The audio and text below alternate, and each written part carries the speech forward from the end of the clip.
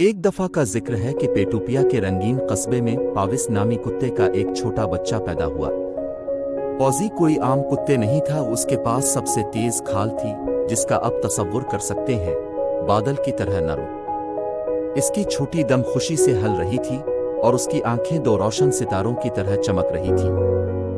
पाविस अपने प्यारे खानदान बार्किंगटन के साथ रहते थे। बार्किंगटन ने पाविस को पसंद किया और बारी बारी उसकी देखभाल की। मामा बार्किंगटन कुत्ते के लजीज खाने तैयार करती थी, जबकि पापा बार्किंगटन ने पाविस को गेंद लाने का तरीका सिखाया था।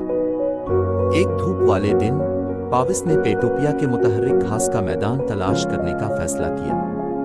वो गिल दाऊदी के खेतों में घूमता था, हर हाक के साथ हंसता हुआ था।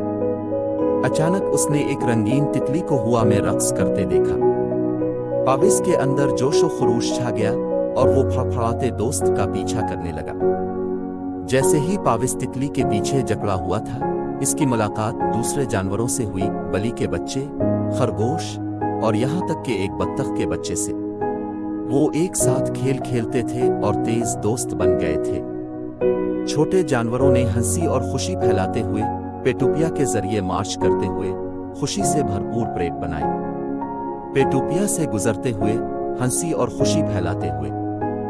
जब सूरज गुरूब होने लगा, पाविस को एहसास हुआ कि अब घर लौटने का वक्त है।